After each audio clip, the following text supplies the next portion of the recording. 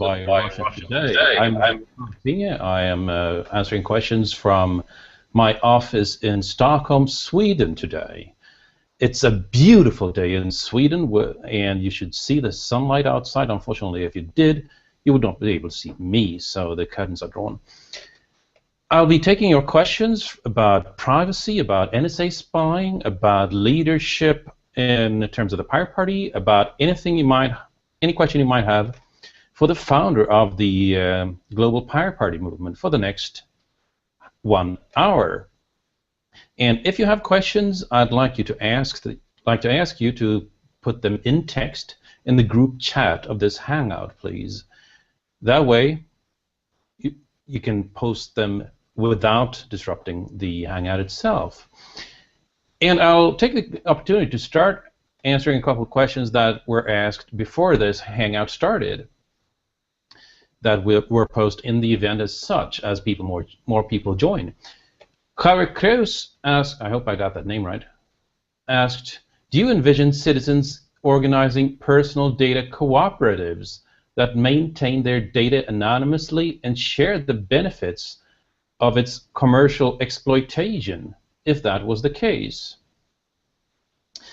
And from what I can see, this is already happening.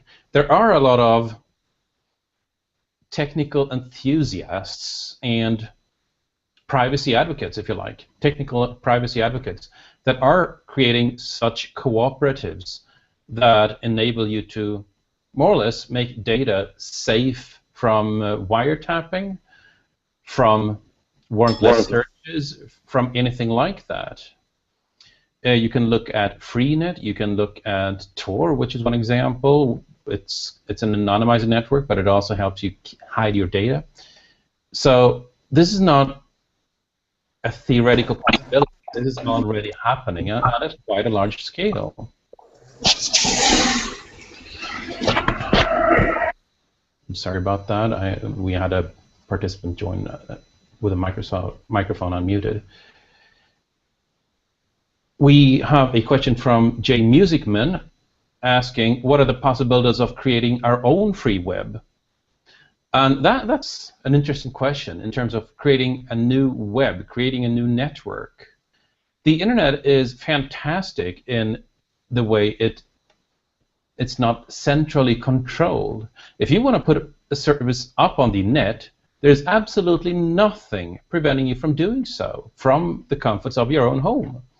Unfortunately, there's the network effect, meaning that a service is only as useful as the number of people using it. Facebook would be the prime example. There's a reason they have 1 billion users, and so they've essentially shut out all competition in terms of social space. You got Google Plus, which is more philosophical, a little bit intellectual. May I say that? I feel in discussions there are a bit more intellectual. You got LinkedIn, which is aimed towards professional social space, and so there's nothing preventing you from setting something up. The problem is getting people to use it.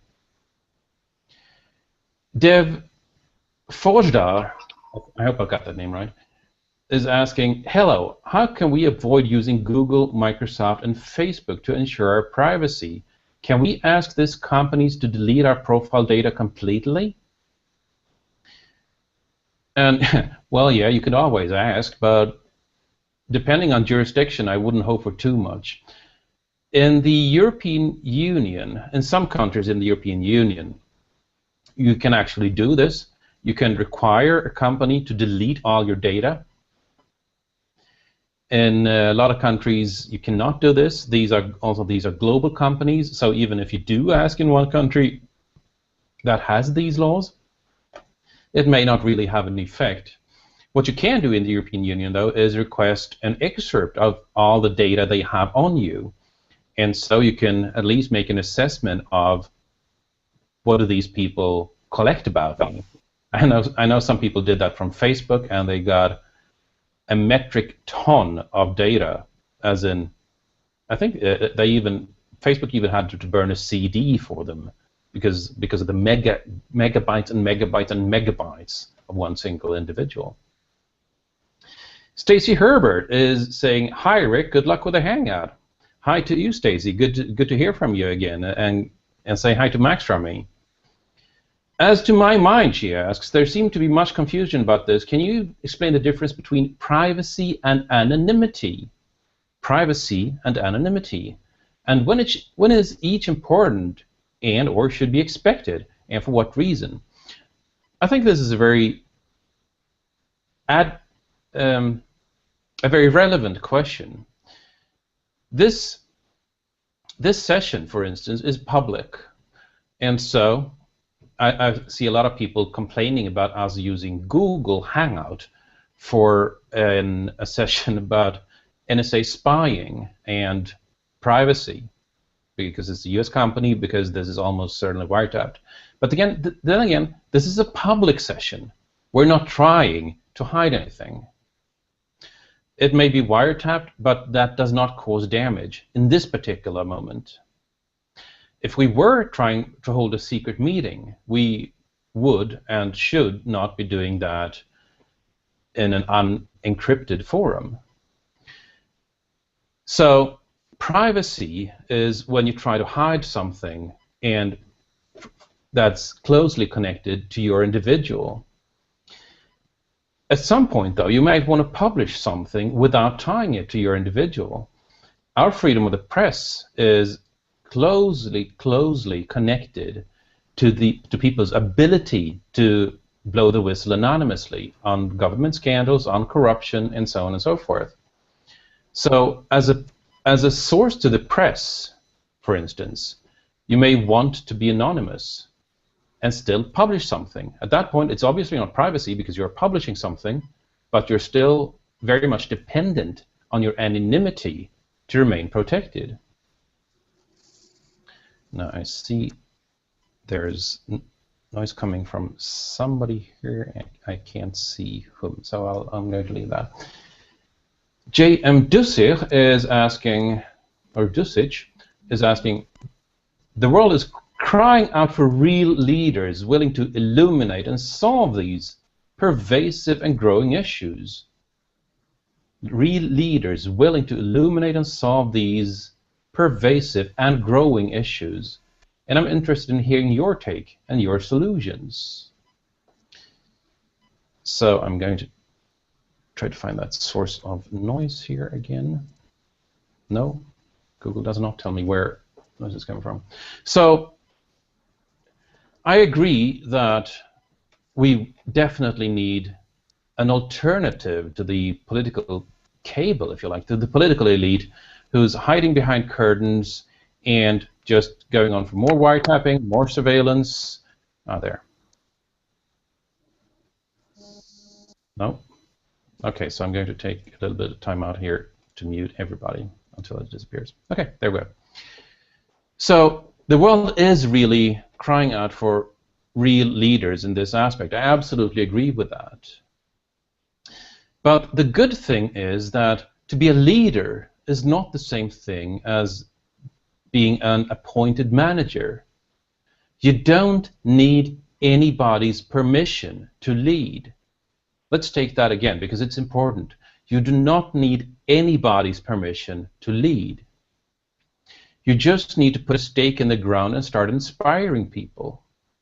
And the same moment you're inspiring others, you are, by definition, leading.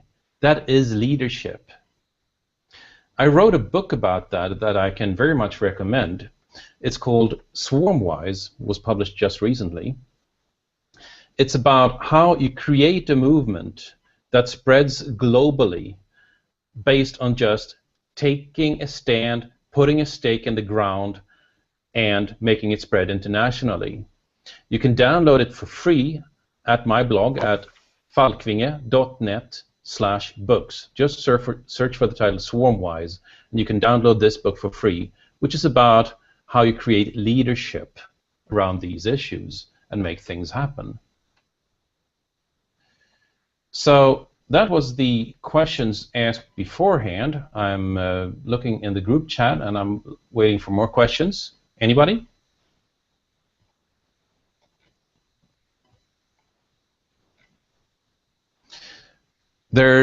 Okay, so there's more questions in the Hangout chat here, I can see that Fernando W is asking, I'm looking for a law project for the Parliament to protect from NSA spying. Do you have any draft to share?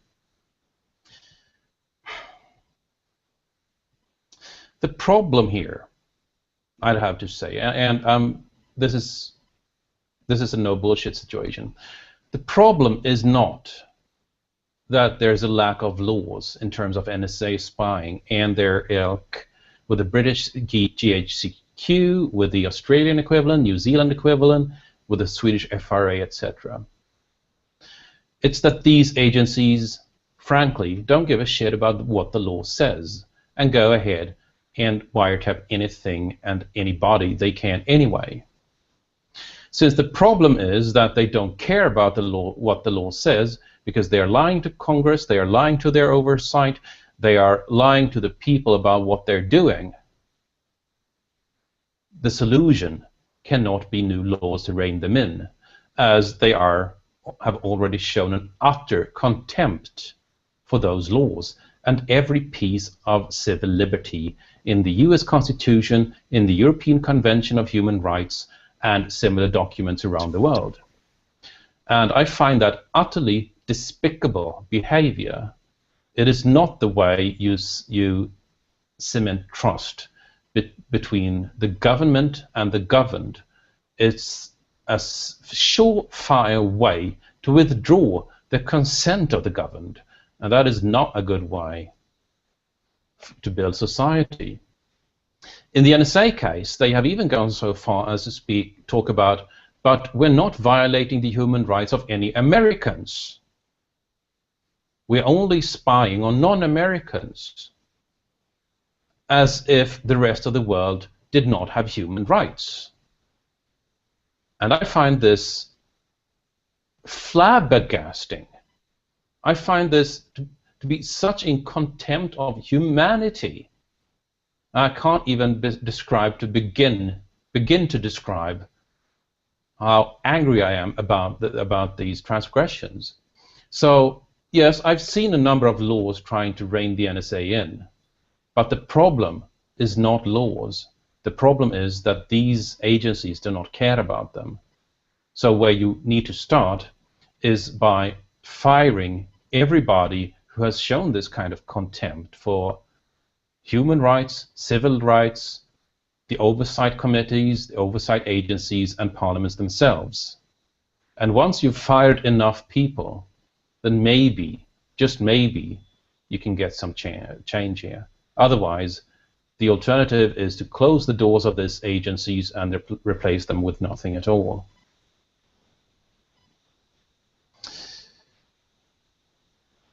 Going on here.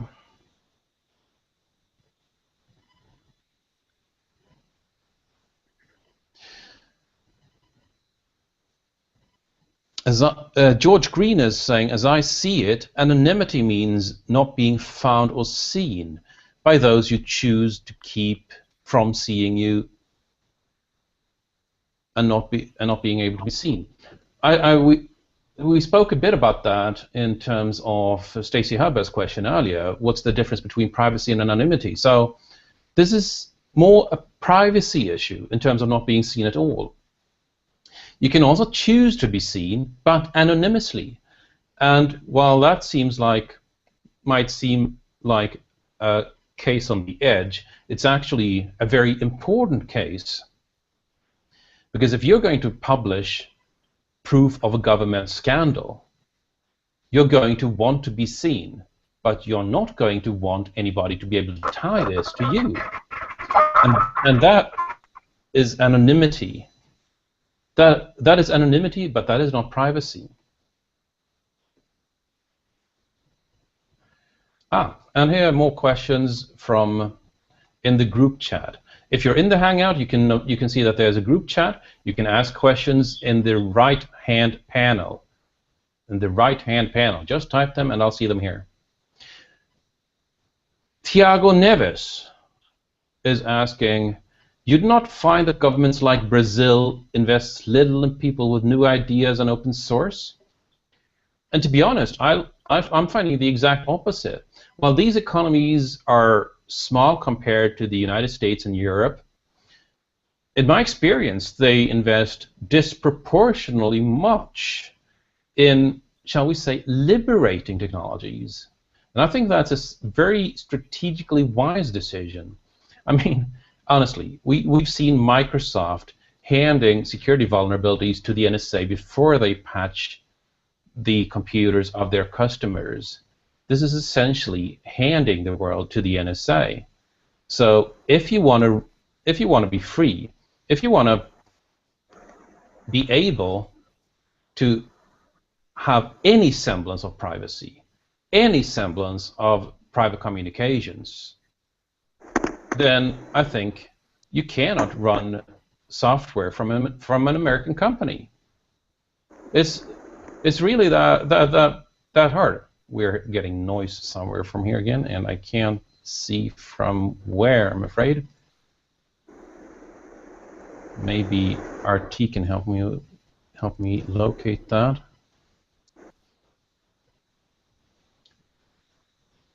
Okay, it seems gone.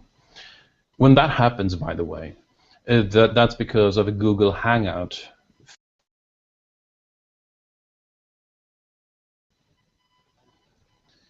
That is because of a Google Hangout thing. When people are joining the Hangout, they can typically have their microphone on because this is actually a conference call mechanism. So that you have to locate where the sound is coming from and mute them in case it looks a little odd on the broadcast. Right. So, for instance, countries in the global north, in Europe, in Canada, in Asia, are talking about national security. And at the same time, they're running software from Microsoft. I mean, seriously. You're running a country and you're giving the master switch to the entire administration to a corporation in a foreign power? What were you thinking? There's a reason I'm only running different flavors of GNU Linux on my computers. While there arguably may be security vulnerabilities in GNU Linux as well, I'm running Ubuntu. The difference is that we can find them and patch them. And they're definitely not placed there by an adversary with an ulterior motive to have a master switch of our system. So I'd say that Brazil is wisely investing in open source and free software, as is other parts of the global south. This was particularly visible when Gilberto Gil was Minister of Culture a couple of, is it over a decade ago? A couple of years back in Brazil, in terms of understanding of how technology reshapes society. So overall, I'm very, very optimistic in terms of how the global south, if you like, the BRICS countries, invests in open source and free software, and for a very good reason, for national security and for availability of information technology to people who could otherwise not afford it. Liam Mania is asking, if we have proof that individuals show no care for laws, how do we prove it? Or who do we show the proof to? I'm assuming this means individuals in the NSA and individuals in the security agencies. And it's a tricky question. What you'd normally do is to go to the police and present your evidence. And ideally, they would start an investigation and possibly press charges. Okay, I see RT is giving the floor to Johan Melchio. I'm sorry, to Liam.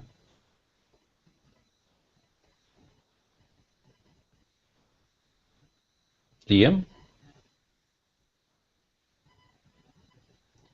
Liam, did you have a question?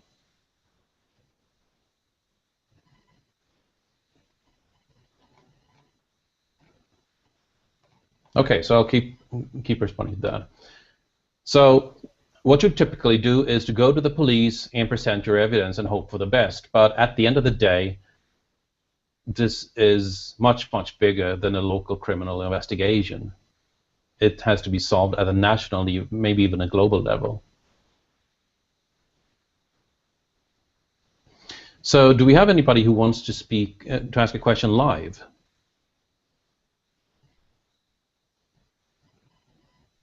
The floor is open.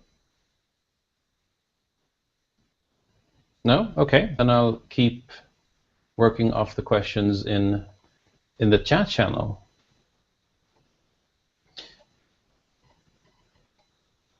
Okay, Kainer. So I see from RT that Kainer Turkle wants to ask a question. Kainer?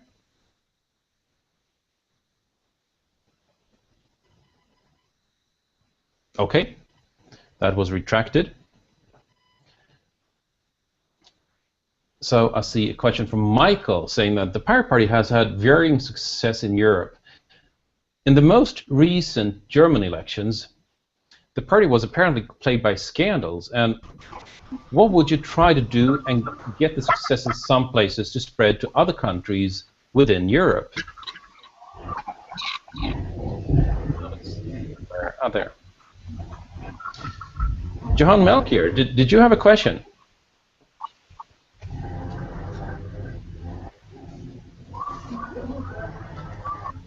Johan? Okay. I'll mute your microphone for now.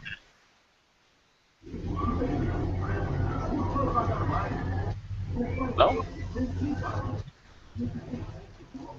It seems I cannot mute that.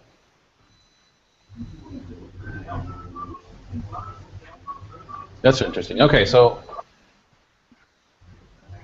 I'll just keep on responding to something despite that background noise. So what are we trying to do to make this success spread to more countries within Europe of the Pirate Party? When I founded the Swedish Pirate Party and led it for its first 5 years, I had a ton of experiences from that. I learned from my mistakes, and I also learned a lot from my successes. And what I'd advise everybody to do, this is a bit repeating what I said earlier, but what I'd advise people who want to repeat those successes to do, whether it's with the Pirate Party or for another cause, is to read this book, which I've published for free. It's called Swarmwise, the Tactical Manual to Changing the World. It's a bit of an ambitious title, but that's really what it is about. It's a hands-on leadership handbook with tangible tips and tricks for how you found a movement, go ahead and lead a movement, and change the world with that movement. And you can download it for free off my website, off the Pirate Bay, and in many, many other locations.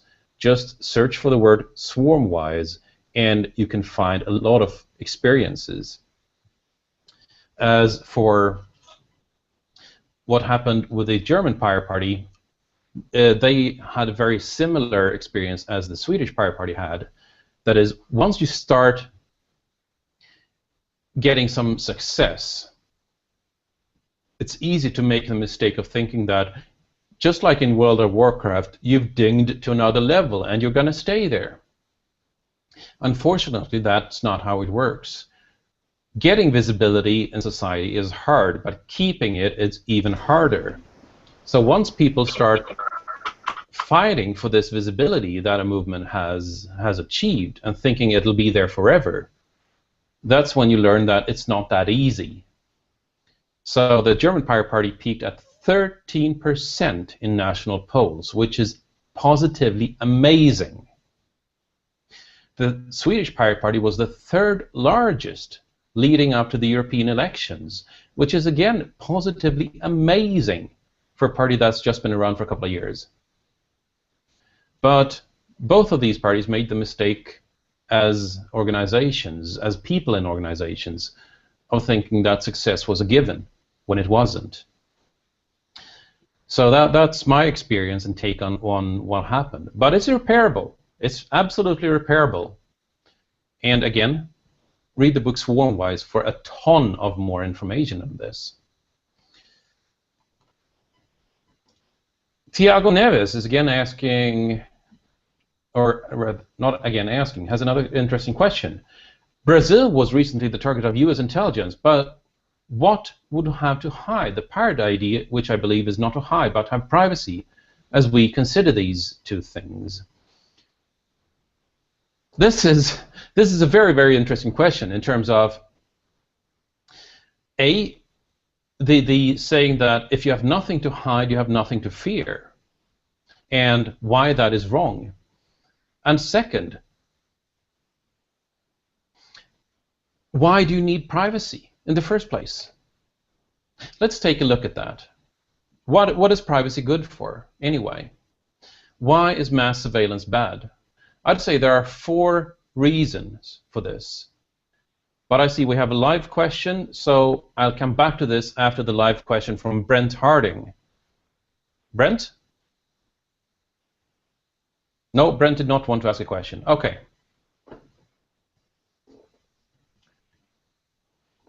So Tiago Neves is asking about this nothing to hide, nothing to fear issue, and what is privacy good for? The reason we need privacy are 4 reasons, and they go roughly in order from more apparent and less important to less apparent and more important. The first reason is that once the surveillance is in place, the rules may change.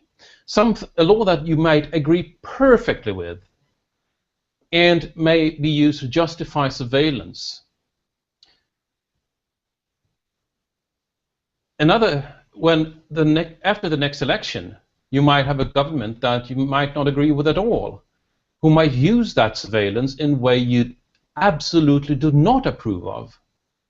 But at that point, it is much too late to protest the surveillance. First reason, the rules may change. Second reason, it leads to self-censorship. Once surveillance is in place, you start to think less about whether you're doing something right and more about whether you're setting off red flags in the system. Because at the end of the day, it's not you who determine if you have something to hide. It's faceless bureaucrats who are looking for things in the system, who are looking for patterns that that look suspicious. For instance, if you're stopping your car on the main prostitution street in the city every Friday night for 2 hours, social services will draw certain conclusions from that data point. Whereas in reality, you might be helping your grandmother who happens to live there with her weekly groceries every Friday night. The social services would not care about that. They would look at the red flag in the system and act accordingly. While you might eventually be cleared from this, that might take 6 months, and you might have lost your marriage, your home, and your children in the process. So it's not you who determine if you have something to hide. Third reason is that laws must be broken for society to progress. Laws must be broken for society to progress. A lot of people who were criminals just 2 human lifetimes ago turned out to actually be in the moral right. And today they're not criminal anymore. If we had had today's surveillance level in the 1940s, 1950s, the civil rights movement would never have been able to take off. We would still have racial discrimination. Sometimes laws must be broken for societies to progress. And the fourth, and perhaps most important reason, is that we have an innate need for privacy. When I go to the men's room, I lock the door. I don't lock the door when I go to the men's room because there's something secret happening when I take a dump. I don't lock the door because I have a need to do criminal activity behind a locked door in the men's room. I lock the door simply because I feel a need and a right to have some things to myself. As simple as that. And we can easily observe that in any society throughout history, when people have been denied this private space, they have created it out of reach for cameras, out of reach for listening ears, out of reach for prying eyes.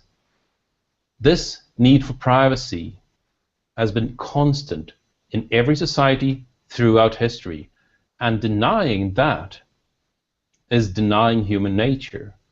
That's not how you create a successful legislation. So do we have live questions? I see RT is fielding at least 3 questions. I'm listening.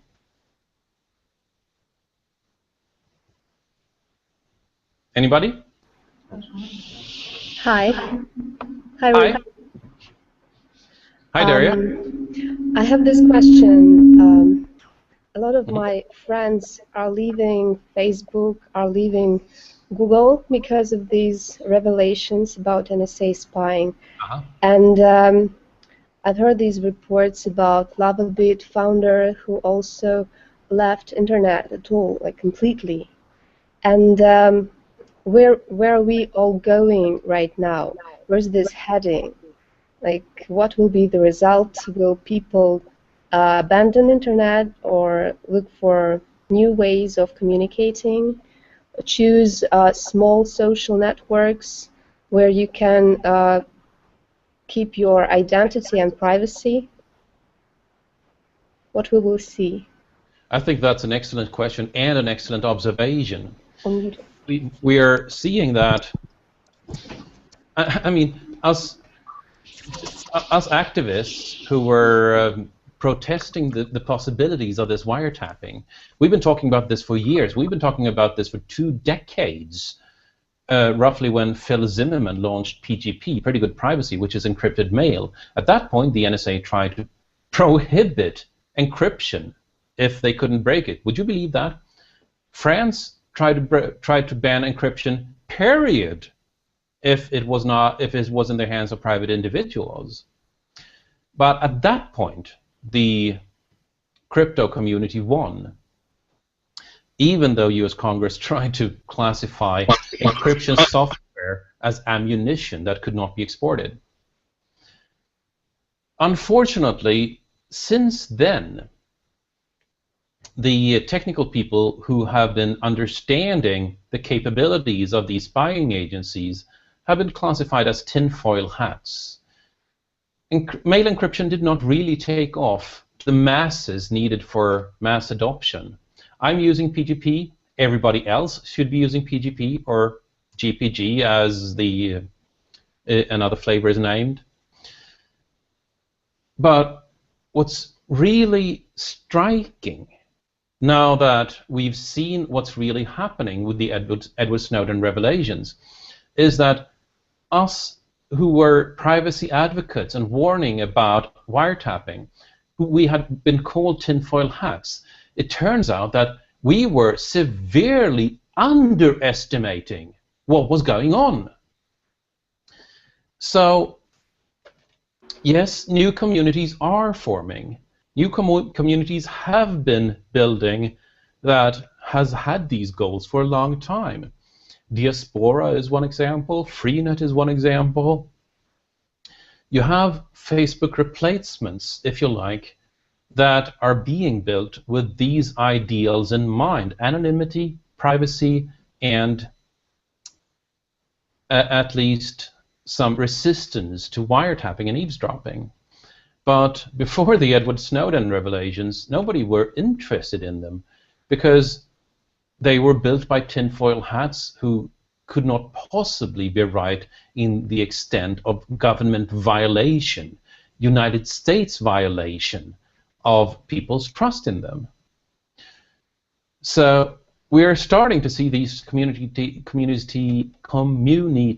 take off, still at a small scale, but I believe that they do have a future. I believe that smaller scale communities that are resilient to wiretapping do have a future, and we're already seeing them grow, much as a result of these, of A, the Edward Snowden revelations, causing everybody to understand that this stuff is actually happening, and B, the fact that technical people had been preparing for this in anticipation of this scale of wiretapping going on. So I think you're right on the money, Daria, when you're saying that people are leaving these wiretappable services for private communications. I would personally recommend 3 specific ways to do that. When you're using mail, use PGP or GPG. That does not protect from wiretapping who you're communicating with, so it does not protect you as a source to the press, but it does protect the content. It's essentially an envelope.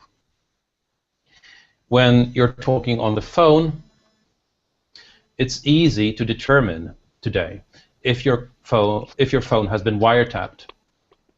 Did you make a phone call? If the answer is yes, then your phone was wiretapped. If it's easy to determine if you're being tracked in the streets in the same way. If you're carrying this device, then you're being tracked. But it's easy. There are some things we can do to mitigate this.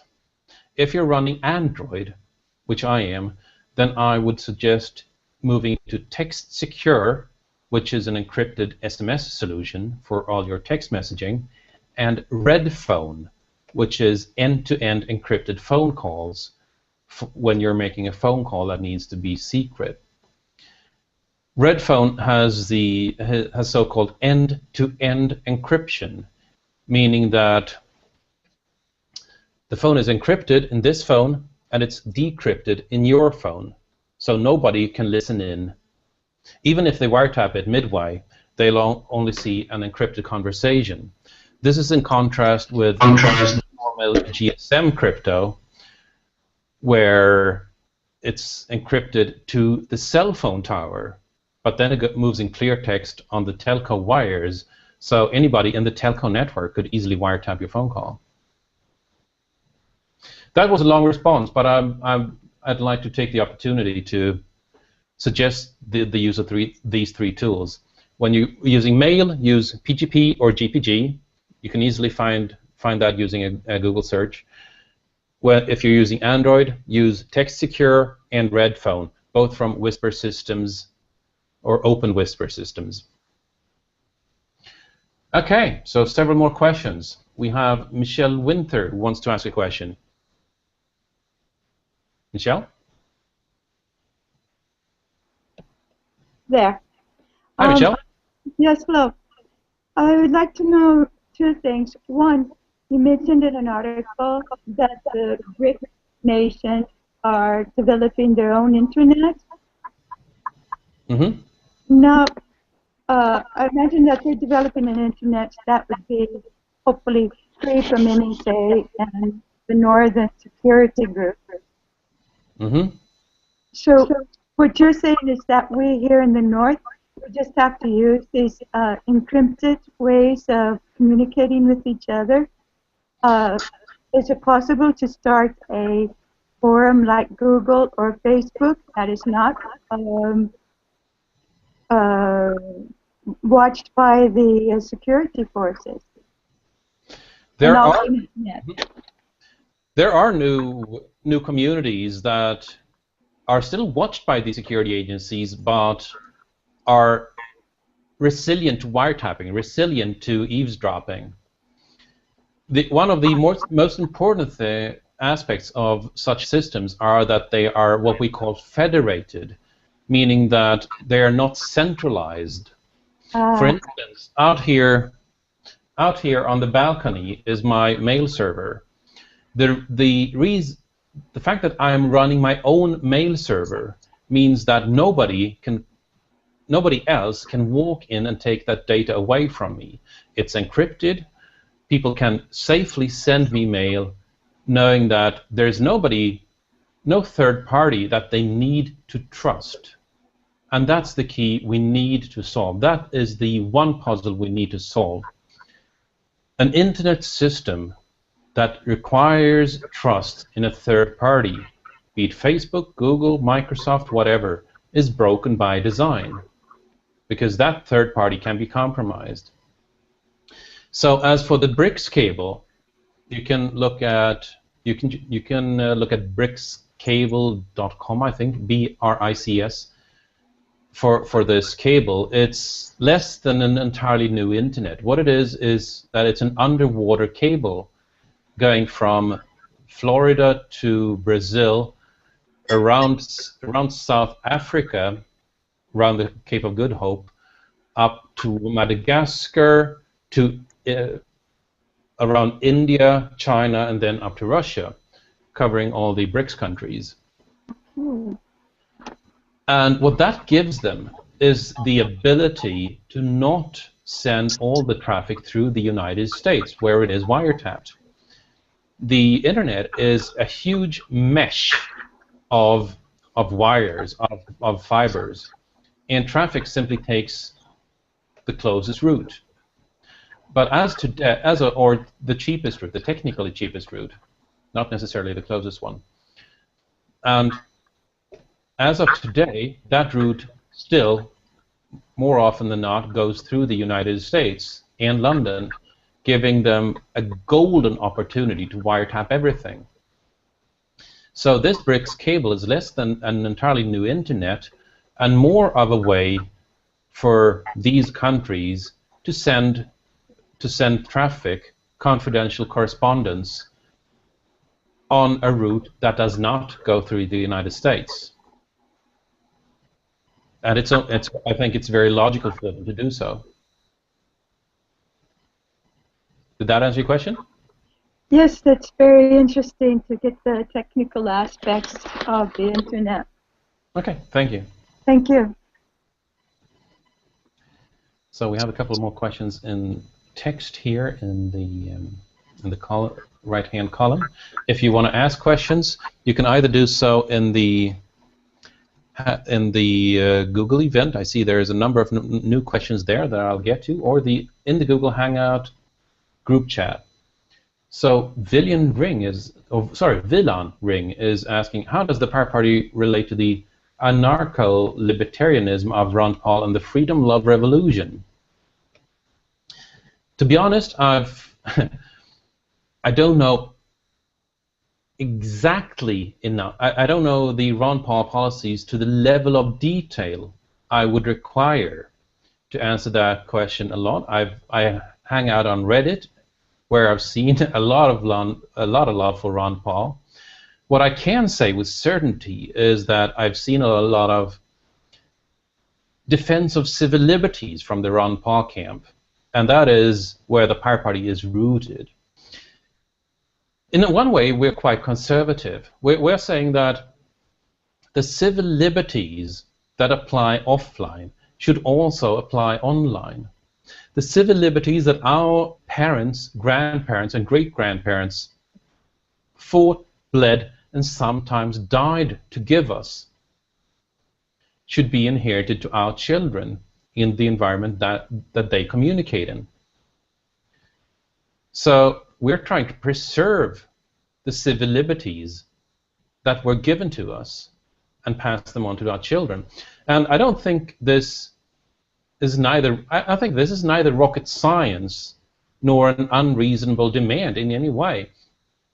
And if some businesses say that you can't seriously suggest that you'd allow sending anybody, and if you do that, we can't make money, I just say, so what?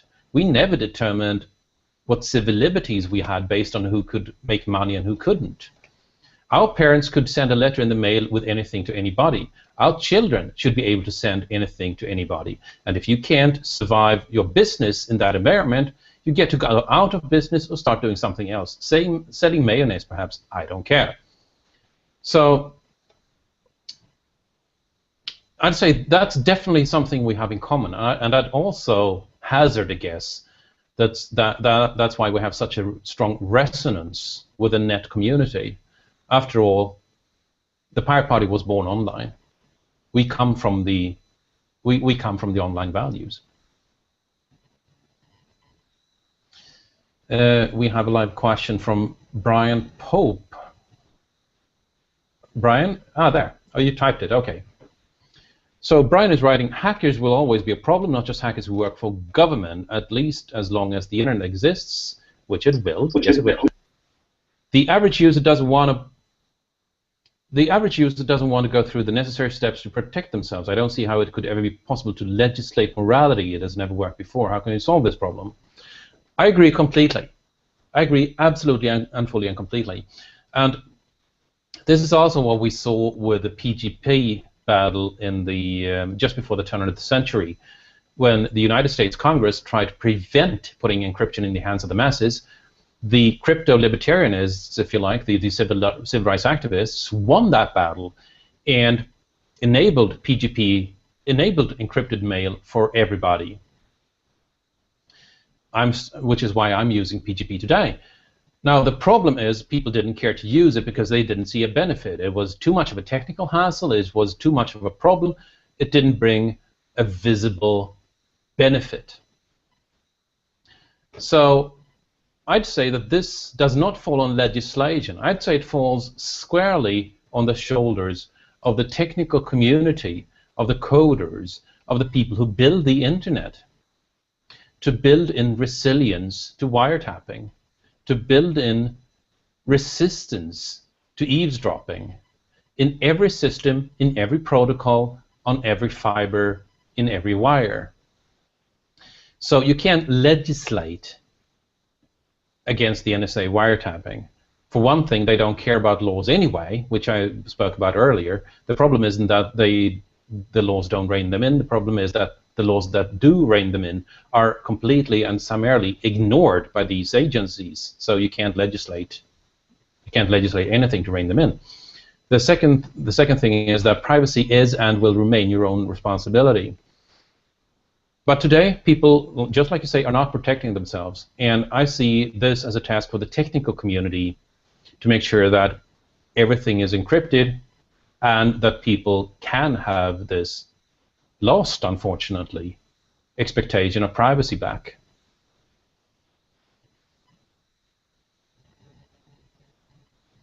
So we have a couple of questions in the G+ event that I haven't been able to respond to. I'll go from oldest to newest.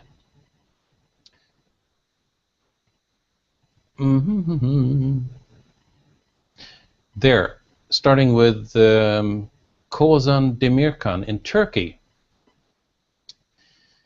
What I think about Verizon's diabolical plan to turn the web into 25 years old pay-per-view cable TV model instead of a free network? Well, that's kind of a loaded question, and I completely agree with the premise of the question. Telco and cable companies have every incentive in the world to destroy the internet as we know it, because the internet is going to shatter and disintegrate their business model. With a fully rolled out internet infrastructure, there are no telco companies and there is no cable television. Everything will be TCP/IP, everything will be peer-to-peer, or at least much more mesh network than it is centralized today. So I understand Verizon's reasons for doing this, but I also think that politicians have a duty to stand up for, not just stand up for the public interest, but also understand the public interest and defend neutrality in this instance. And then there are some more follow-up questions for that I already responded to. Nicholas O'Merrill says, "Hi Rick, although I like Swarmwise, I was wondering if you have any plans of releasing another book, not so much focused on leadership like Swarmwise is, but rather on the pirate movement and its intentions in order to push it forward. An educational movie, perhaps." Writing a book is something that takes much longer than you think. At least took much longer than I think. I heard that came out maybe a bit condescending and wasn't intended in that way. I was surprised how long it took to write Swarmwise. I thought it would take me 6 months. Rather, it took me 3 years to summarize my leadership experiences. That said, in terms of just focus, the copyright monopoly and the case for a reform of the copyright monopoly, I have published a book on that together with the member of European Parliament, Christian Engström. It's called The Case for Copyright Reform, and you can find it and download it for free. As for the bigger picture, I think that's still forming in terms of... Actually, there's a question later about that I'll get back to. Oh, sorry, I see here RT is asking Wilson Cardosa if you'd like to ask a question. Wilson? Wilson? No? Okay. I'll go back to...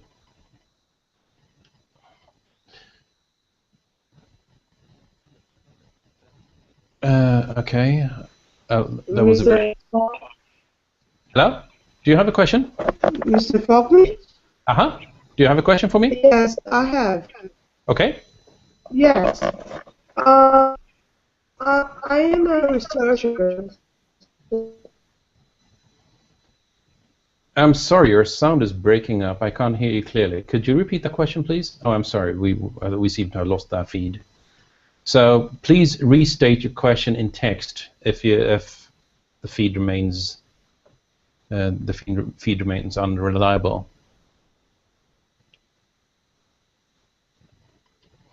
So Damon Getzman is asking about leadership and how it's a very long question that is about considering running for local office, and is asking about organizing. Again, I'd have to recommend Swarmwise, which summarizes a ton of leadership experience in that issue, in that area.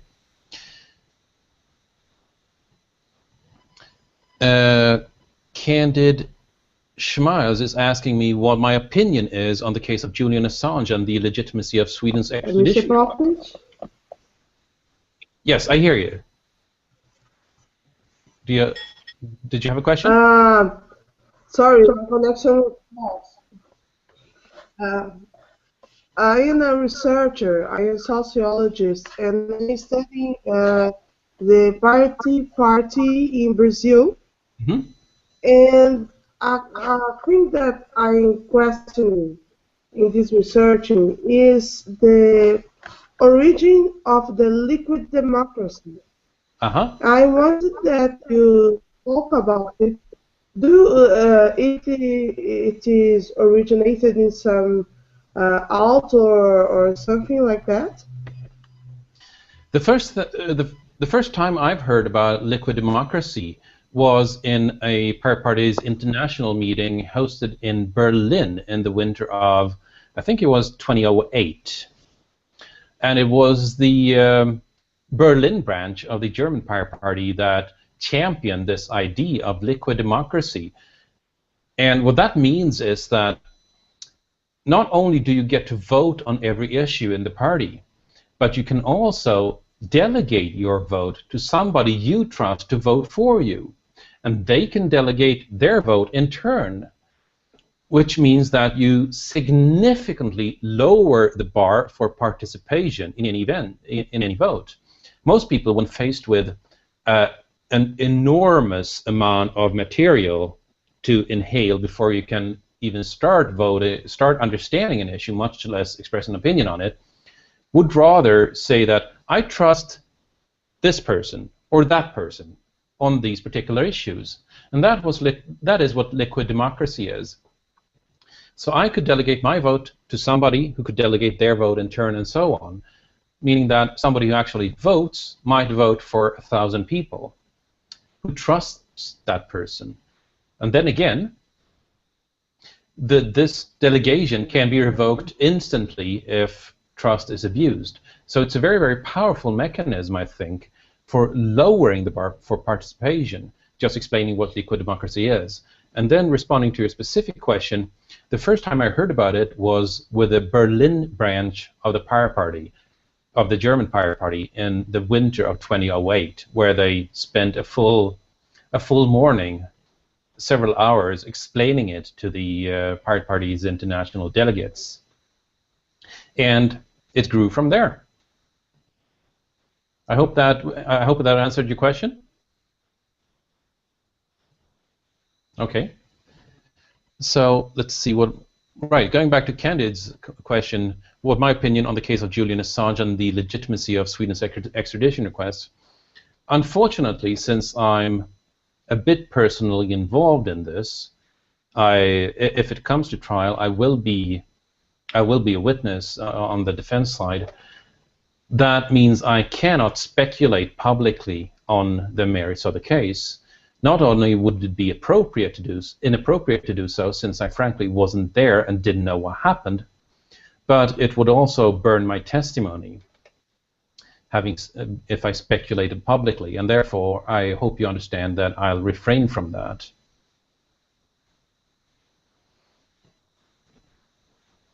That said, the case has been handled abysmally, regardless of its merits. It's amateur hour. Some people ask me if this is a CIA setup, and I usually respond that if it were a CIA setup, I would expect it to have been handled professionally. This is a showcase in how you make Sweden a laughingstock and Swedish police force a laughingstock. Elias Alukar is asking, with your departure from the Swedish Pirate Party and with Anna Troberg as a new party leader, the Pirate Party has now become more feminist and focused on a topic not related to computer science culture. This is an attempt to some, and the question ends there. I would slightly disagree. No, I would entirely disagree with the fact that the Pirate Party has become more feminist.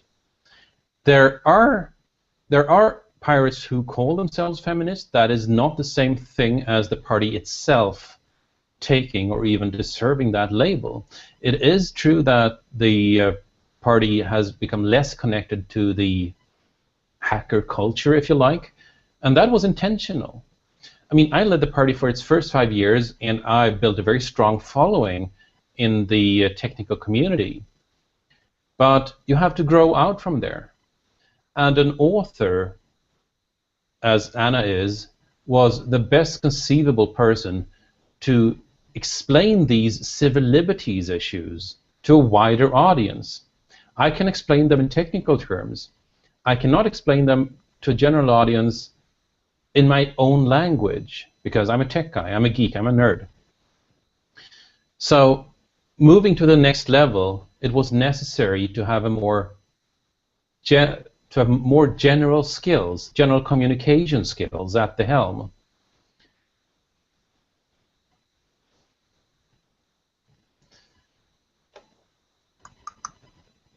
So I'm personally very glad that Anna was there after 5 years when I had decided to step down. I mean, I started this saying that you shouldn't do the same thing for more than 5 or at the most 10 years because you'll start doing a bad job at it. And after 5 years, Anna Troberg, the current leader of the Swedish Pirate Party, had learned enough to take over from me, and I was very happy about that. I am very happy about that. Vanish, oh, there's Brian Pope. Brian Pope says in text here that, I believe that Facebook, Google, and other services generally have the user's interests in mind. Unfortunately, self-preservation is a stronger interest. The government can always go in and threaten these companies or people. Does it just come down to a power struggle? And I see that we're coming up on the full hour, so I may have to end with this question and answering this question. Everything in society is a power struggle. And a red thread throughout society is that the side with the most information always wins. The group that holds the information advantage will rise to the top. And most groups are aware of this, and so they struggle to get the information advantage. You will never see a company's own government being part of the threat model.